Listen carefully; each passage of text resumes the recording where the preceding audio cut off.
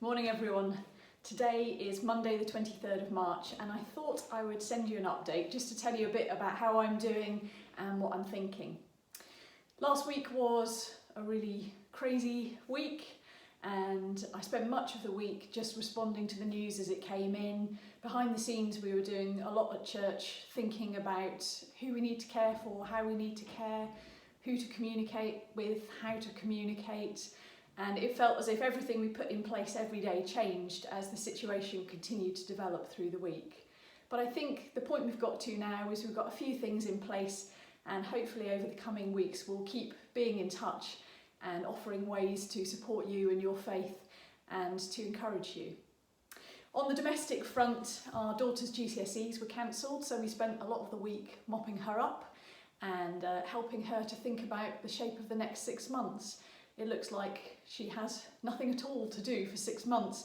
For most teenagers that's a dream, but I think the dawning reality of what that really looks and feels like is a big part of what's happening in our house. Last week I found myself drawn to the piano. I don't play the piano particularly well. As I always say, I play all the right notes in all the right order with all the wrong time. But when I was a teenager, I used to come home from school every day and I'd play the piano for about 30 to 45 minutes every day. And I played worship songs and hymns, and for me, that was the way that I kept my faith going. It's what kept my faith alive, and it helped me to feel the presence of God. And that's partly because I was at the time going to a church where there were only 2 teenagers who were part of the congregation, and my family are not Christians as such, and so there was not very much support for my faith.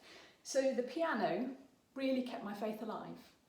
And I noticed last week, in amidst all of the whirl of emotion and uncertainty, that I came over to the piano and I started to play. And as I played, it's like I was trying to find God. And I'd liken it to one of those old-fashioned radios where you would tune the knob to tune into your station. And it's kind of like through the playing there was all the crackling, and then suddenly I found the thing that I was looking for and I tuned into God. And in the playing of those hymns, it just kind of stilled my soul, and I kind of felt in tune with God and connected to Him. No brilliant answers, no great insights or wisdom, just that underlying certainty that He is there. He's there, He's with us. And so I think what I wanted to say at the start of this week as we continue to respond to the daily changes is take a moment and tune into God. Just twiddle the knob, tune in to whatever helps you feel God.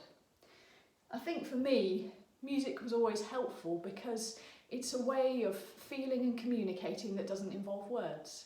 And last week I didn't really know what I thought and felt. And so the music spoke for me instead, from my soul. And maybe God as well spoke to me through it. So think back to the things that have sustained you in the past, maybe even decades ago. Perhaps try new things. We're going to keep sending out resources for you to try, but tune into God. It's not about tuning into a live stream of a church service. It's finding how you find God every day, such that you can receive His peace, such that you have His presence with you. And so if you walk past my house and hear some very bad Les Dawson style playing, you'll know that that's me just kind of taking a moment to tune in. Stay well.